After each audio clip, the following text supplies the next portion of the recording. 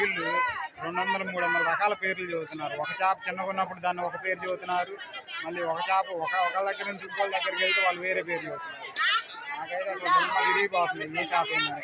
బాగా గుర్తుపట్టగలుగుతుంది ఏంటంటే పీతలు, రొయ్యల్లో రకాలు. రొయ్యల్లో ఏంది టైగర్ రొయ్యలు, మామూలు రొయ్యలు అవి గుర్తుపడుతున్నాను. ఇట్లాగా అసలు ఇక్కడ అంతా హడావుడిగా ఉంది. మీరు ఎవరైనా చేపలు కొనుక్కోవాలనుకుంటే ముందు ఇట్లాంటివి ఉన్నాయి కదా, వేలం పాటేసే ప్లేస్లు ఆ ప్లేస్లకు వచ్చి కొనుక్కోండి. ఎందుకంటే ఇక్కడైతే తక్కువ రేటు పడుద్ది.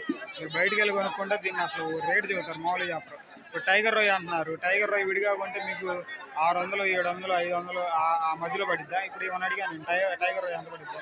టైగర్ రొయ్యలో రెండో రకాన్ని 300 నుంచి 400 పెట్టుకుంటారంట. ఎందుకంటే ఇప్పుడే కదా అమ్ముతుంది. అదే మీరు బయటకు వెళ్తే ఎక్కువ రేటు పడవచ్చు.